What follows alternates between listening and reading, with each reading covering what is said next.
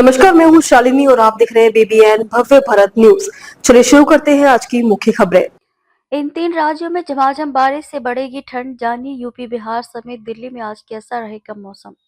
Monsoon की विदाई के बाद दक्षिण के कुछ राज्यों में अभी भी बारिश हो रही है, जबकि उत्तर भारत में ठंड बढ़ रही है।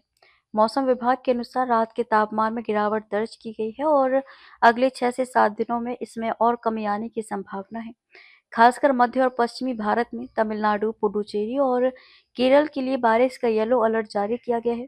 दिल्ली में सुबह शाम धुंध और ठंड हवाएं चलेंगी।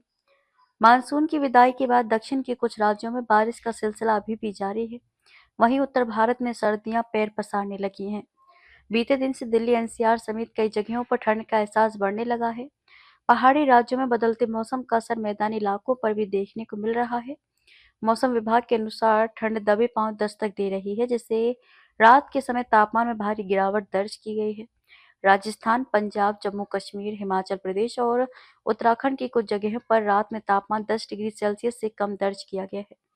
मौसम विभाग का कहना है कि हरियाणा, दिल्ली, चंडीगढ़, राजस्थान, मध्य प्रदेश और महाराष्ट्र में तापमान सामान्य से 2 से 5 डिग्री सेल्सियस कम रहा है। वहीं अगले 6 से 7 दिनों में तापमान में इससे भी अधिक गिरावट देखी जा सकती है। खासकर मध्य और पश्चिमी भारत में अगले 48 घंटों में न्यूनतम तापमान 2 से 3 डिग्री सेल्सियस तक कम हो सकता है। पूर्वी भारत की बात करें तो आईएमडी के अनुसार अगले 3 दिनों में न्यूनतम तापमान में 3 से 4 डिग्री सेल्सियस की कमी आने की उम्मीद है। वहीं इसके बाद 3 से 4 दिनों तक तापमान में कोई खास बदलाव नहीं होगा। इसके साथ ही मौसम विभाग ने आज तमिलनाडु, पुडुचेरी और केरल में बारिश का येलो अलर्ट जारी किया है। बारिश के कारण तमिलनाडु, केरल और पुडुचेरी में ठंड बढ़ने की संभावना है।